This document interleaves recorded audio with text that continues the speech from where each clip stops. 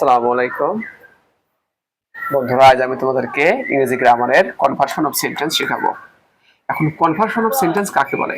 সেন্টেন্সের ফর্মের পরিবর্তনে অর্থের পরিবর্তন হবে, অর্থাৎ অর্থের পরিবর্তন হয়ে যাবে।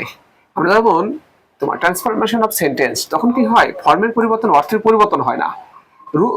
কিন্তু কনভার্সন অফ সেন্টেন্সে কি হবে? ফর্মের পরিবর্তনে অর্থেরও পরিবর্তন হবে। এখন দেখো, আমি আজকে তোমাদেরকে অ্যাফার্মেটিভ থেকে অ্যাফার্মেটিভ টু নেগেটিভ এটা করে দেখাবো, ঠিক আছে? তো এখানে আমি তিনটি নিয়ম লিখেছি। দেখো, এক নম্বর নিয়ম হলো সাহায্যকারী ভার্বের সাথে নট বসে।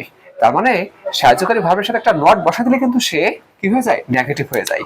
হ্যাঁ, কনভার্সন অফ সেন্টেন্সে।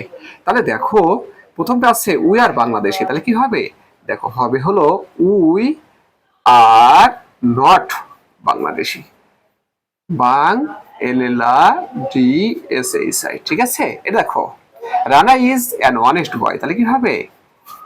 Rana is not an honest boy, honest boy. Okay, দেখো, you are a good singer, তাহলে কি হবে? You are not a good singer.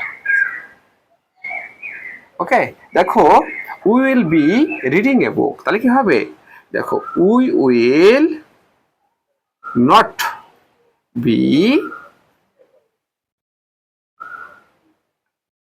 R E A D I N G, reading a বুক। ওকে, তারপরে দেখো, he is busy, তাহলে কি হবে? He is not busy. ঠিক আছে, দেখো, এক নম্বর নিয়মটা আমি কিন্তু দেখালাম যে সাহায্যকারী ভার্বের সাথে নট বসে, মানে একটা নট বসা দিলে সে কি হয়ে যায়? নেগেটিভ হয়ে যায়, অ্যাফার্মেটিভ সেন্টেন্স। ঠিক আছে, এখন দুই নম্বর নিয়মটা দেখো। তো ফ্রেন্ডস, এখন দেখো, দুই নম্বর নিয়ম কি? প্রিন্সিপাল ভার্ব হ্যাভ হ্যাজ থাকলে কি বসে? নো বসে। তার মানে হ্যাভ হ্যাজ এর পরে যদি কোনো মূল ভার্ব না থাকে, তাহলে কিন্তু ওইটাই তোমার কি প্রিন্সিপাল ভার্ব হিসেবে ব্যবহার ধরা হয়। তাহলে দেখো কি হবে এটা? আই হ্যাভ কি হবে? নো পেন, নো পেন, এই আর্টিকেলও কিন্তু উঠে যাবে। ঠিক আছে, হি হ্যাজ এ ওয়াচ, তাহলে কি হবে? He has no watch. ঠিক আছে, শি হ্যাজ এ গট, তাহলে কি হবে? She has no goat. Okay, দেখো, দে হ্যাভ এ কাউ, তাহলে কি হবে? They have no cow. They have no cow. Okay, Altaf has a toy, তাহলে কি হবে? Altaf has no toy, T O Y. Okay friends, তাহলে আমরা কি বুঝলাম? প্রিন্সিপাল ভার্ব যদি ভার্ব হিসেবে যদি হ্যাভ হ্যাজ থাকে, তাহলে তার পরিবর্তে কি বসে? নো বসে। এখন দেখো, নিয়ম 3 কি বলছে? সাহায্যকারী ভার্ব না থাকলে, যদি সাহায্যকারী ভার্ব না থাকে সেক্ষেত্রে কি? ভার্বের সাথে এস বাই এস থাকলে ডাজ নট বসাবো, ভার্বের সাথে এস বাই এস না থাকলে ডু নট, আর ভার্বের ভার্ব টু অর্থাৎ ভার্বের পাস্ট ফর্ম থাকতে পারে ডিড নট বসাবো। ঠিক আছে, তো দেখো এরপরে ফ্রেন্ডস, দেখো, 3 নম্বর নিয়ম অনুসারে ভার্বের সাথে এস বাই এস থাকলে কি বসে? ডাজ নট, না থাকলে কিন্তু ডু নট বসে। দেখো, উই লিভ ইন ঢাকা, ভার্বের সাথে কি এস বাই এস আছে? নাই। তাহলে আমরা এই ডু নটটা ব্যবহার করব। কি লিখবো তাহলে? We do not live, L I V, live in Dhaka, D H A K, Dhaka. দেখো, হি প্লেস ক্রিকেট, এখন দেখো ভার্বের সাথে কিন্তু এস বাই এস আছে, তাহলে কি? দেখো, এই ডাজ নট বসাইতে হবে। তাহলে কি হবে? He does not, he D O S does N O T not play, P L A Y. এই এস কিন্তু এখন আর বসবে না। ঠিক আছে, এই দেখো, প্লে বসছে, play cricket, C R I C K, ticket, cricket.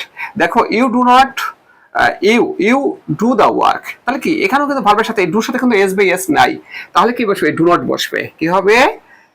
You do not do the work.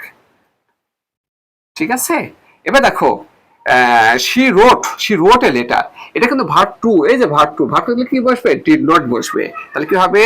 She did not. এখন দেখো, ডিড নট এর পর কিন্তু ভার্বের 1 নম্বর রূপ বসে, তাহলে কি হবে? Right, WRIT, write a letter, TTER, letter. দেখো, উই বট এ কাউ, ঠিক আছে, এটা কিন্তু ভার্বের 2 নম্বর রূপ। ভার্বের 2 নম্বর রূপ থাকলে কি হয়, মানে পাস্ট ফর্ম থাকলে কি হয়, ডিড নট বসবে। কি হবে, উই ডিড নট। তার মানে জানি ডিড নট ভার্বের 1 নম্বর রূপ বসে বাই এ কাউ। তারপর কি বলছে, ইউ হেল্পড হিম, তাহলে কি হবে ভার্ব 2, তাহলে কি হবে, you did not help, help him. তার মানে ভার্ব 2 থাকলে ভার্বে কি বসে, ডিড নট বসে। ওকে ফ্রেন্ডস, তারপর অংশ দেখো। তো ফ্রেন্ডস দেখো, ইম্পারেটিভ সেন্টেন্সের পূর্বে কি বসে, ডু নট বসে। ইম্পারেটিভ সেন্টেন্স হলে ডু নট বসে। দেখো গো দেয়ার, তাহলে কি হবে, এটা হবে এরকম, ডু নট গো দেয়ার। ঠিক আছে, দেখো পোস্ট দ্য লেটার, কি হবে, ডু নট